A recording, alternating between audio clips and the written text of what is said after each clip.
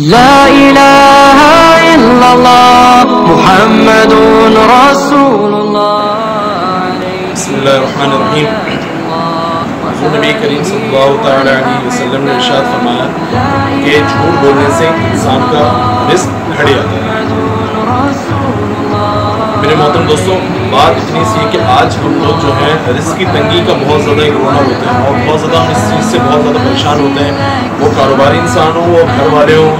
وہ کوئی بھی ادارے والے ہوں، وہ بھلے ایک کاروباری یا ایک جاب کرنے والا ایک انسان ہو، ہر کوئی اس بات کی شکایت کرتا ہے کہ بھائی میرے رزق میں برکت نہیں ہے، میرے بہت زیادہ رزق میں تنگی ہے۔ تو ہم کبھی ان وجوہات کی طرف جاتے ہی نہیں ہیں کہ بھائی اگر آیا کہ ہمارے رزق میں تنگی ہو رہی ہے تو اس کی کیا وجوہات ہے۔ تو ایک تو رزق کی تنگی کا بہت بڑا سبب گناہ ہوتا ہے۔ اب اس گناہ کے اندر بھی جو بہت بڑا سبب ہوتا ہے وہ جھوٹ ہے، جیسے حضور نبی کریم صلی اللہ علیہ وسلم نے ارشاد فرمایا ہے۔ اب مجھے بتائیں کہ ہم ایک کاروباری انسان بھی اگر کوئی اپنی چیز کو بیچتا ہے تو آپ اس بات کو بہت بخوبی اندازہ کر سکتے ہیں، جن لوگوں کا کاروباری لوگوں سے لین دین ہے تو جھوٹ کتنا ایک عام ہو چکا ہے کہ ہم اپنی چیز کو بیچنے کے لیے کتنے اس کے اندر جھوٹ کے مسالے لگاتے ہیں۔ ہمارے گھر کے اندر آپ دیکھ لیں،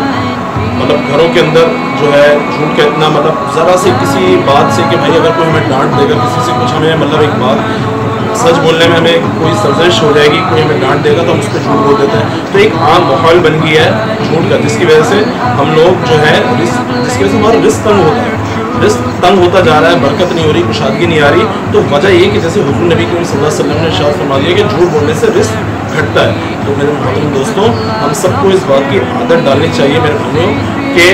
ہم لوگ جو ہیں جھوٹ کو اپنی زندگیوں سے نکال دیں۔ بھلے تھوڑا ہمیں کڑوا لگے گا، بھلے ہمیں جو ہے تھوڑی بہت کسی کا زیادہ غصہ جھیلنا پڑے گا، بھلے شاید ہمارا کوئی اگر ہم مال بیچ رہے ہیں تو وہ مال بھلے نہ بکے،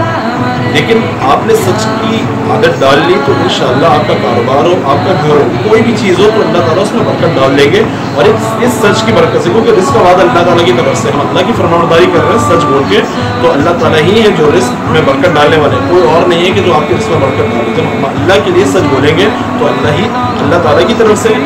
جو ہے ہمارے رزق میں، ہمارے گھروں میں اللہ تعالیٰ خیر و برکت عطا فرمائیں گے اور ہمارے گھروں کے اندر ایک امن و سکون اور خیر و برکت کی فضا چلے گی۔ تو اپنی زندگیوں سے ہمیں جھوٹ کو نکالنا ہے،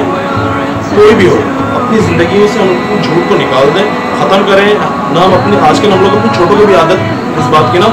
جو ڈال لیں کہ اگر کوئی مثال کے طور پہ باہر آ جاتا ہے تو ہم اپنے چھوٹے کو بول دیتے ہیں، کوئی بچہ ہوتا ہے تو کہ بھائی جا کے بول دو کہ گھر پہ میں نہیں ہوں۔ تو مجھے بتائیں، ہم نے تو اس کی کان کے اندر یہ ایک عادت ڈال دی نا کہ جھوٹ کی، حالانکہ وہ بچہ بھی تھوڑا شعور ہے، اس کو تھوڑا بہت شعور ہے، آگے جا کے وہ بڑا ہوگا تو اس کے ذہن میں بھی آئے گا کہ میرے بڑے مجھ سے جھوٹ کھلوا رہے ہیں تو میں کیوں نہ بولوں۔ تو اس بات کا ہمیں بہت احتیاط کرنا چاہیے کہ ہم جھوٹ سے بالکل کنارہ کشی اختیار کریں۔ اللہ تعالیٰ ہمیں عمل کرنے کی توفیق عطا فرمائے، اللہ تعالیٰ ہمیں